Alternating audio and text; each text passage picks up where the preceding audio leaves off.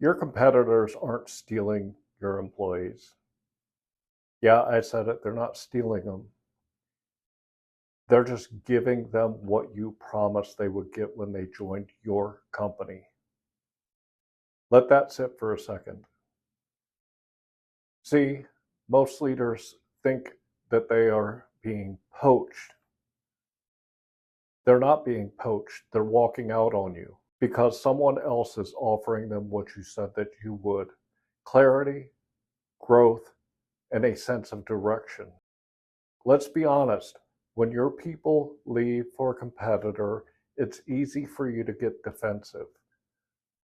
Oh, they got a better offer. Or I guess they just weren't loyal. No, that's not what happened. They just got fed up because of your system and the way that you have your culture set up. Loyalty doesn't really grow in confusion, and confusion is exactly what most employees walk into on day one. If you've ever looked at your turnover numbers and thought to yourself, why the hell can't we keep people? Stick around because I'm about to tell you why your competitor is winning and how to make them stop winning. Let me paint a picture. So it's your new hires day one. They walk in, they're nervous, they're excited, and they're ready to prove themselves. And what do they get? A rushed tour, a laptop that may or may not work, a quick welcome to the team email that looks like it was written during a coffee spill. Then they get nothing. No real structure. They don't have any expectations. Their manager is too busy putting out fires to even notice them. And then by week 3, the new hire is wondering to themselves, have I even made the right choice here? And that's the moment that you actually start to lose them. You don't start losing them when they quit, not when they take a recruiter's call. You lose them the moment they start doubting that you know what you're doing. When there's no clarity, people will fill in the blanks. And they almost always assume the worst. You might think your culture is strong. You might think open door policy means people will speak up. They won't. They'll quietly disengage. They'll mentally clock out before they physically do. And when they finally walk out the door, you might tell yourself something like, well, it was just for personal reasons that they quit. No, it was for professional ones. Because you didn't show up as a leader when it mattered most, right at the start. Because here's the thing. When people walk out of your door early, it doesn't just cause confusion, it costs you good people. I'll give you a quick story that still bugs me even to this day. Years back, I trained a new hire. Young guy, he was smart and he was full of energy. No experience in the industry, but you could tell that he had the right things to be good at the job. He was full of energy. He came in early, he took notes when it depended on it, he asked great questions. You just knew he was going to crush it once he hit the floor. He finished my training and hit the ground running, and he was doing really well. Clients liked him, coworkers respected him, and honestly, I thought we nailed it with this guy. Then a couple of months later, he got moved to another team and ended up under a manager who, let's just say it, had a unique definition of leadership. Toxic, controlling, no trust, no support. The kind of manager who would suck up enthusiasm out of a golden retriever puppy. A month after he joined that new team, he was gone. Just like that, he was no longer there. And here's the part that stuck with me. It wasn't because he couldn't do the job. He was at his previous position for about 7 years and did very, very well at it. When he started, he was doing great. But he ended up leaving because he couldn't stand working for his toxic manager. Given a different manager, that guy would have knocked it out of the park in our company. But the system failed him. We put him through all the right training, got him performing and up off the ground, and then dropped him into bad culture and expected that he could survive it. And that's when it hit me. Onboarding doesn't end when the paperwork's done or the training is over. It ends when leadership takes ownership in people.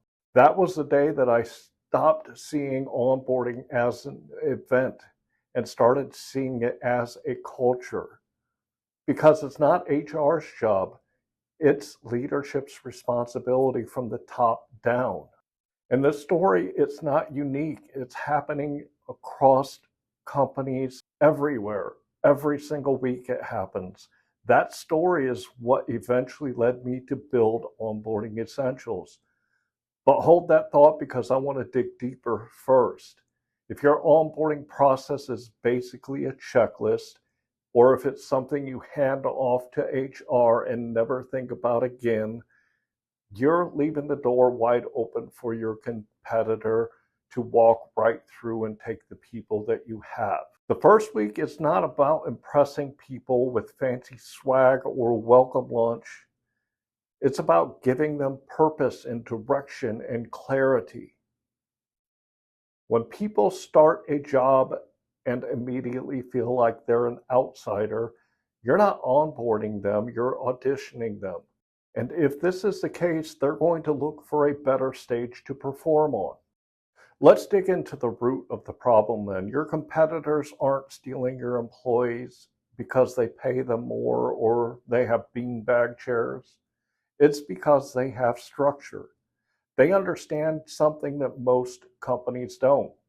People crave direction more than they crave perks. Think about it. We live in a world that emphasizes engagement. But how can people engage when they don't even know the playbook? Your people don't need another pep talk. They need clarity.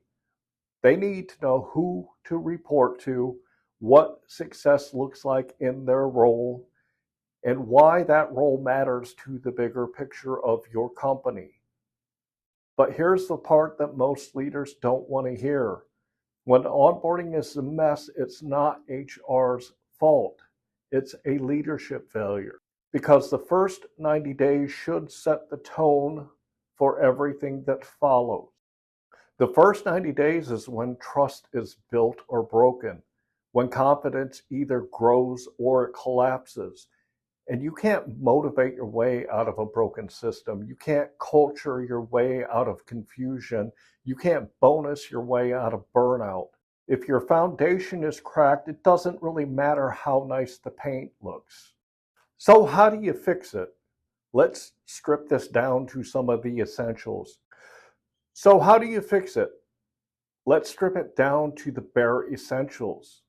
Number one, clarity beats charisma every time. Stop trying to set the dream and start defining the reality for your people.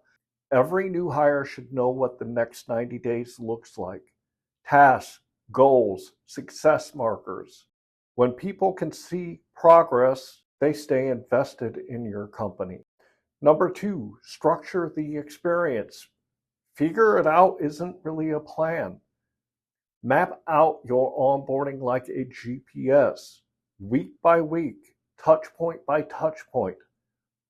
Who they meet, what they learn, what they do. When you show people a roadmap, they believe that you've actually thought about their success at your company. Step three is create a connection for your new hires. Give them a mentor, not a toxic manager who runs them out the door, but someone who says, hey, I've already been there. Let me show you the way to grow and be good in your position. This relationship really becomes the anchor when the newness wears off.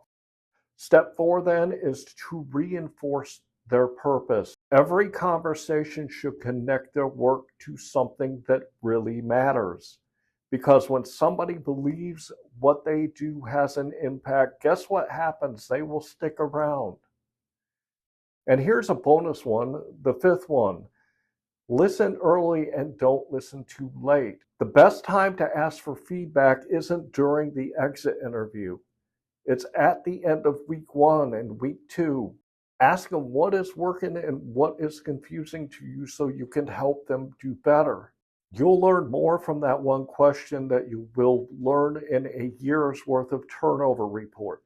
Here's the deal, you can patch this stuff together.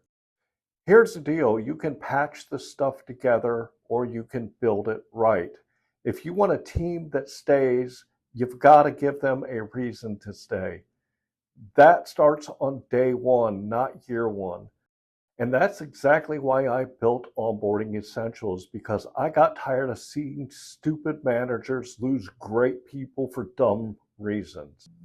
Onboarding Essentials isn't some fluffy HR training.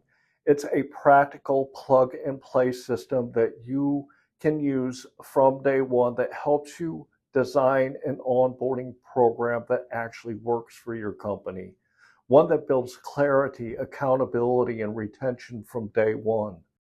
It gives you guides and templates and scripts so that you can build your own onboarding system without having to hire expensive consultants or wasting months trying to figure it out all on your own. It's built for real businesses, the kind that can't afford constant turnover or disengaged employees. So if you're done watching your competitors collect your talents like their trading cards, click the link below. Fix your onboarding and you'll have half the problems you've been chasing for years fixed. Now, if your people aren't leaving, but they're staying unmotivated, this is a whole nother problem. In my next video, Sick of Unmotivated Employees, try this today. I'm breaking down why people stop caring, and surprisingly, a simple shift that reignites the drive and the accountability almost overnight. You're not going to miss that one. If today's video hit home with you, please do me a favor and comment below. Tell me one thing about what your company could do to improve its onboarding process. Don't just say something like communication, be real. Is it clarity, structure, support, accountability? Because the truth is, companies don't just lose people overnight, they lose them in tiny moments of neglect. Hit the like button if you got something out of this. Subscribe to the channel so you can see more content that's going to help you retain and build a great workforce. And remember, your people aren't leaving for greener grass. They're leaving you for better leadership.